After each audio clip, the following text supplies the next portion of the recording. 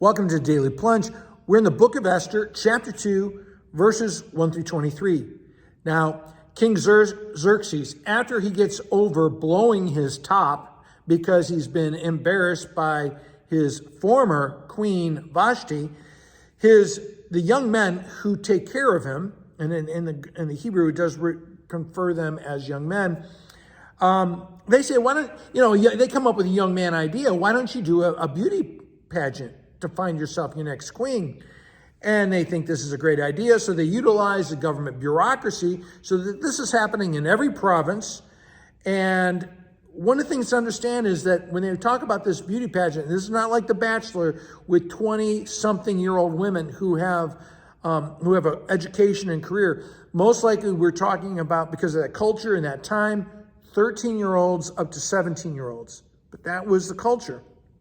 Now we're introduced to Mordecai. Who's Mordecai? Well, he's a descendant of Kish. That would ring bells in the students of the Old Testament, because Kish was the family of King Saul, right? And one of the things to understand is that genealogy always is trying to point us towards clues in the Bible. The sad fact is we don't understand a lot of the clues because some of that has been lost to us. Now, Mordecai was part of the first wave of exiles, which means he came with King Jehoiakim and the other nobles. So he's sort of the cream of the crop kind of a guy. And we're told, is looking after a cousin of his who is an orphan, right? Or a niece of his. And that was Hadassah, who is otherwise known as Esther. And it tells us about her beauty, right? That she was a striking young woman to look at, and she had an attractive figure.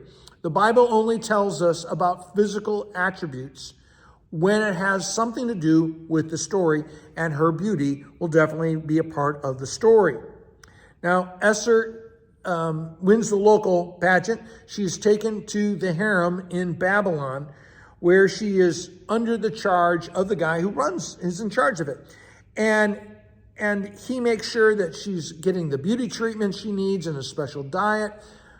But we also know that he favored her, and so he makes sure that she has 7 attendants and the best place, perhaps the best room in the house. Now, we're told that she wins the favor of Haggai, who oversees the harem. She wins the favor of all the people, and then finally she'll win the favor of the king. Now, the idea of favors throughout the Old and the New Testament, usually you are seeking the favor of somebody else. Often it's the Lord, and the Lord bestows favor, but it is only, this phrase of winning favor is only found in the book of Esther, and it is only 3 times, and it is found in this one chapter. And so there is a sense in which she is bringing this about, but it's still a sense in which it is granted, it is bestowed by the Lord. Now, Mordecai warns her not to mention that she's a Jew, and we're going to find out why later. But he says she is not to share that with anyone. And she follows Haggai's, the guy who runs the harem's, advice, and she's not greedy, she's humble, and because of that, she is blessed.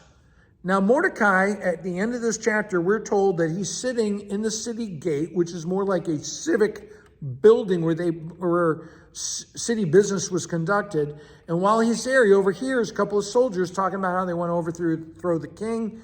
He alerts her to this, and this gets recorded. And so, one of the things to see in all of this is God is working behind the scenes. Thanks, friends. Have a blessed day.